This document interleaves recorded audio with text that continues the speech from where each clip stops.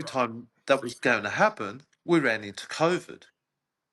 Hmm. So we had COVID for 2 years, you know, and and it just seemed to be this forever process that was just wasn't happening for me. Um, and I was becoming very, very frustrated that we couldn't get classified. At one stage, I told Simon, who was head coach at that point as well, I'm prepared to fund myself to go to an event, right, so I could get classified, even if I don't compete at that event. And I was Mm-hmm. supposed to go to the World Championships in 2021, and I started training for it.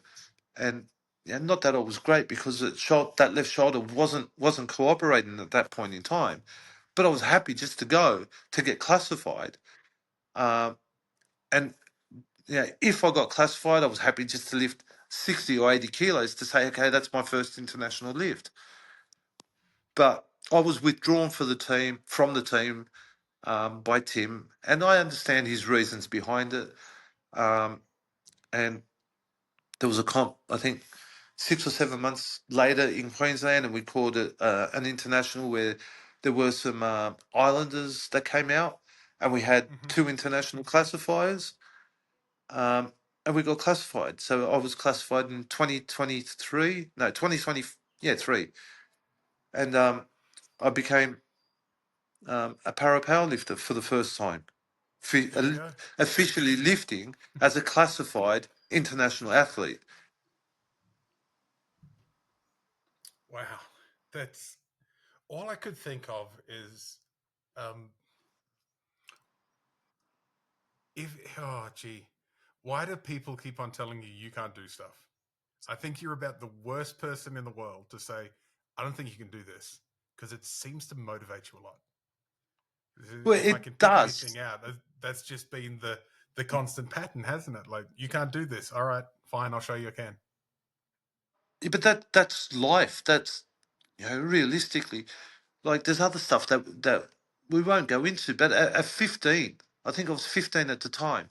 I broke my back. I broke my back in two places, the L1 and L3, right? And again, I was boxing at the time. Funny enough, I had to go to South Australia to box for New South Wales, and the doctor was telling me, and they had me in a traction bed that spun and it hurt and fucking, it was horrible, right? And they were telling me that I may not be able to walk again, and I was telling him, mate, you may not be able to speak again because you keep telling me all this shit, right? I love it.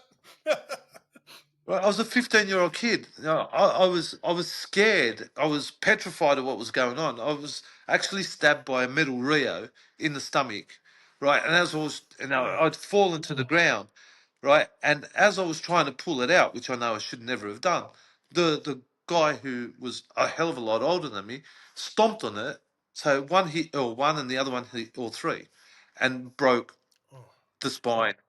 And I was very, very, very yeah. lucky. And they told me that, another, I think it was 3 or 4 millimeters, and it would have been straight through the spinal cord, and it would have been all over. But it wasn't.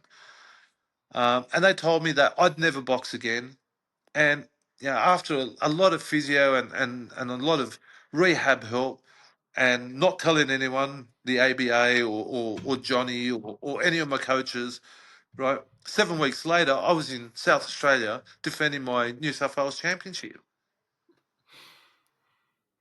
Wow. That's Right. Yeah, like I said, And man, and my that's nuts. You're crazy. well, it's the story of everyone's life, though. If you allow life knocks you over. It knocks us over constantly. But if we don't pick ourselves up and dust ourselves off, right, and take that next step forward, we're just going to be stuck in a corner and we're going to cry. And we're going to be thinking, what if? I don't have a what if. I've tried everything. I've gotten as far as I could possibly go.